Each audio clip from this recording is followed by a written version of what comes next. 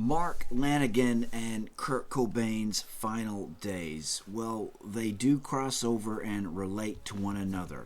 For those of you who may not know much about Mark Lanegan, he was the lead singer for the 90s grunge band Screaming Trees, and also did some work with Queens of the Stone Age as well. He released like a dozen solo records, so very prolific there, and also wrote a couple of books, and one of those books we'll be touching on here in this video. So sadly, Lanegan passed away February 22nd, 2022, 57 years old. Incidentally, that's just a couple of days after Kurt's birthday, but there seems to be some big mystery around exactly how he died.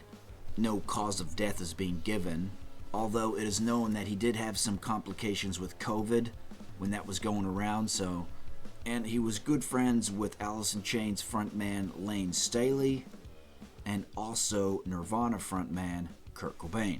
And so this is where it gets kind of interesting. So there is a video out there on YouTube where Mark Lanegan is reading from his book Sing Backwards and Weep, and he touches on some very interesting circumstances that occurred right near the end of Kurt's life. So the first one is where he talks about he and a friend saving Kurt from an OD.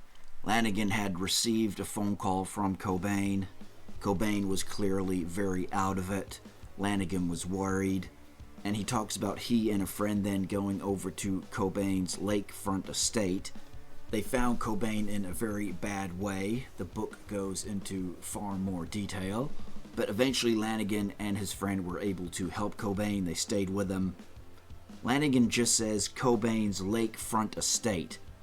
So as I say, I couldn't get an exact time frame from just listening to that clip on when exactly this happened, but Kurt was only at this house between January and April of '94, so it would have had to have happened sometime in there. And so the second instant here is in early April of '94.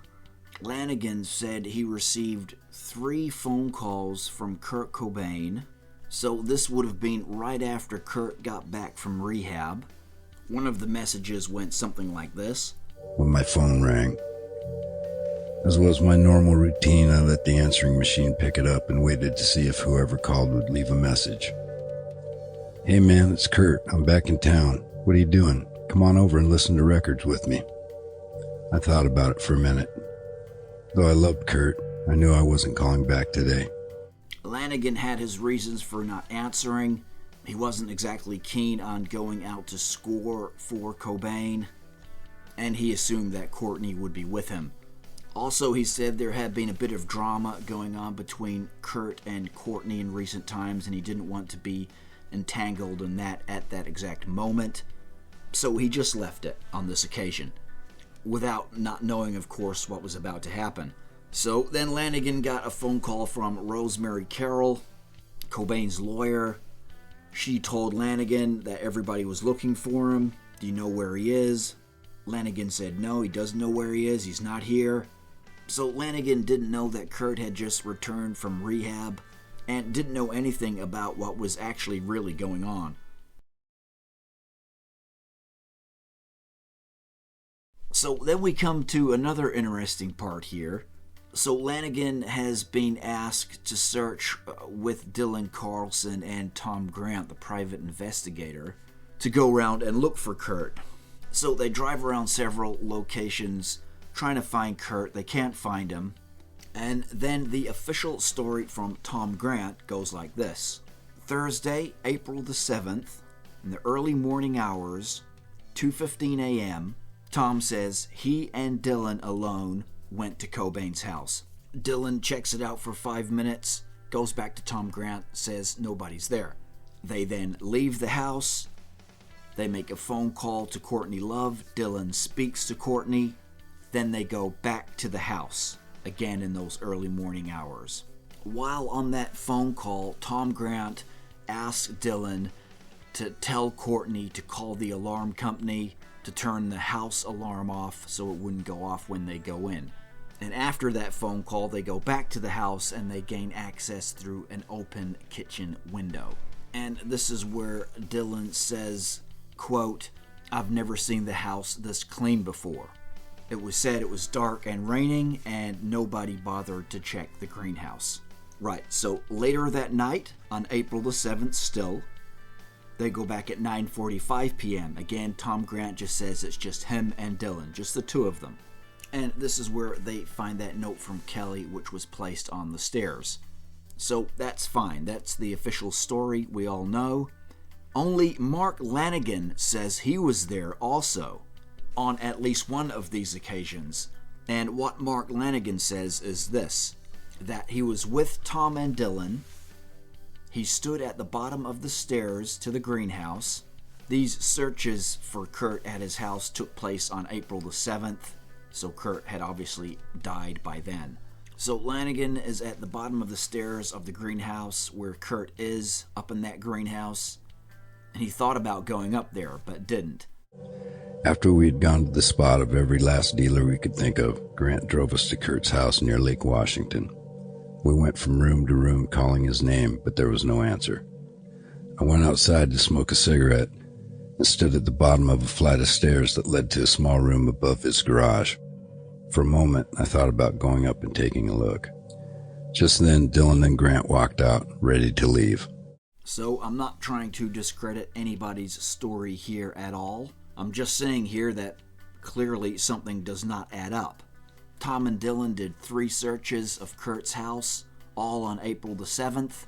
First one, I believe, Dylan just did a quick search to see if anybody was there. Didn't actually go in the house. But after that, got the house alarm turned off and did 2 searches actually inside the house. So for those 3 separate occasions, Tom Grant said it was just him and Dylan. Just those 2. But Mark Lanegan said he was there too, so yes, Mark Lanegan did do the drive-arounds with Tom and Dylan when they were driving around trying to find him. I don't think that was disputed, but then it was said that Mark Lanegan was dropped off, and that was the end of it. So 2 totally contradicting stories there. Tom maintains that it was always just him and Dylan that searched Kurt's house, but Lanegan says he was actually there with them. Not only that, he stood at the bottom of the steps to the greenhouse, and he actually thought about going up. If he had of, he would have seen Kurt there, right? So that's interesting, and both stories there contradict one another. So what actually happened? So of course, Lanegan had that survivor's guilt, I guess, from not answering those couple of phone calls that Kurt had left him. He didn't pick up, he just let the messages roll. And this is actually literally right before Kurt died, so as he said, how could he have known what was going on? He had no idea, nobody had any idea about what was going to happen, that Cobain was about to die. But it was definitely a regret that Lanegan said himself that he carried with him. So we'll wrap it up here. There is that video of Mark Lanegan here on YouTube speaking about all of this in greater detail. But Lanegan and Kurt, they were real friends. They had known each other for quite some time, long before Kurt had got really famous. So an interesting story. Thought I would post that one out, see what you guys think about it. Thanks for checking out the video. We'll catch you next time.